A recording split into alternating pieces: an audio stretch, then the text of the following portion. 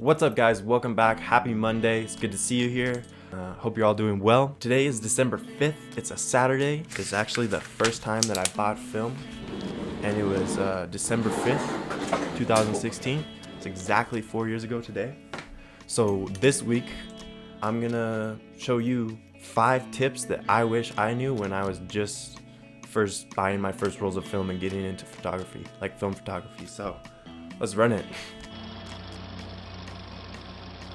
So tip number 1 is make sure, if you're just buying your first film camera and you're like kind of looking and like shopping around, make sure you ask like all the older members of your family if they have any film cameras or anything laying around in the attic, because probably like 50% of the time somebody will have a camera that they're willing to give you for free, and that saves you like some bucks, saves you some change. You can keep it to go to the movies or something, but not right now. Oh, I guess you could go to the movies, but I'm not going to any movies right now. Step number 2 is, if it's your first time shooting film, don't jump right away into like Portra 800, Portra 400. Those are really expensive film stocks. It's like $20+ for 36 frames. Instead, I would opt to go to like Walmart or your local camera store or whatever and pick up some Kodak Gold or these cheaper film stocks where you can get 3 rolls for $15 as opposed to 1 roll for over 20.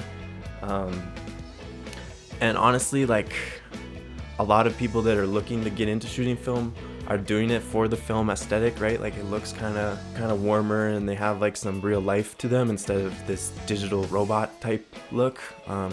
You get some grain, some dust and stuff. So if you're buying cheaper film stocks, it's probably gonna fit the aesthetic you're looking for anyway, and you're gonna save money. So that's my recommendation.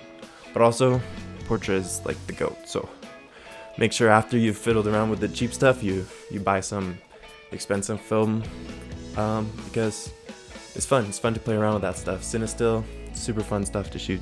Okay, so tip number 3, sorry, not step number 3. Tip number 3 is when you're loading your film, the second that you feel it like get caught on the opposite side, close the back, because if you think it's caught and you advance one, that's like an extra frame you're losing. And okay, well that one worked, let's try again. That's another frame that you lost. If you close it right away, you still have to do a couple more advances before you get to frame number 1. So if you close the back right away after it catches, you have a higher chance of getting like a first of the roll, where you'll get like half a picture. There's like entire Instagram accounts dedicated to just first of the rolls. It's like a cool, kind of like a light leak, I guess. I don't really know. I'll show you some right now for you guys to look at. But yeah, so make sure you get the most frames out of your roll, because you can maybe stretch a 36 to 37 or like a 24. I've stretched a 36 to like 38 before, just by being cautious when I'm loading it. 4 is, don't forget to set your ISO. So some cameras read the film's DX coding and automatically set the ISO for you, but some cameras that are older, like any like old SLRs, like probably like pre-80s or like pre-90s, won't have a DX coding reader, so you'll have to set your own ISO. So there's a function on the camera and it has all the ISOs, and you just set it and forget it. But the thing is, you forget it and then you forget the next time when you loaded a 200 speed film, and last time you shot was 800, and then all your shots are fucked up.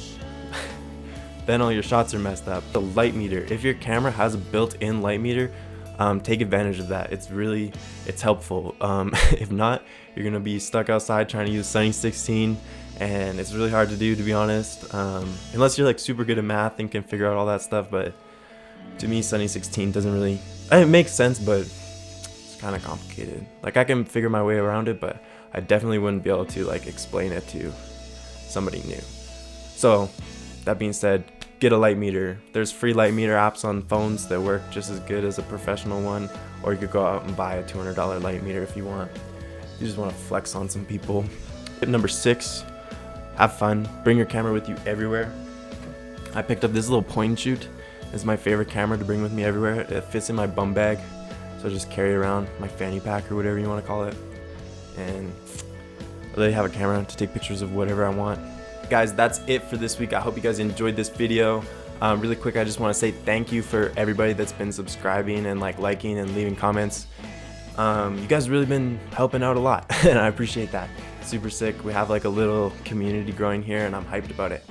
I'll see you guys next Monday. I hope you have a good week. Tell your friends you love them.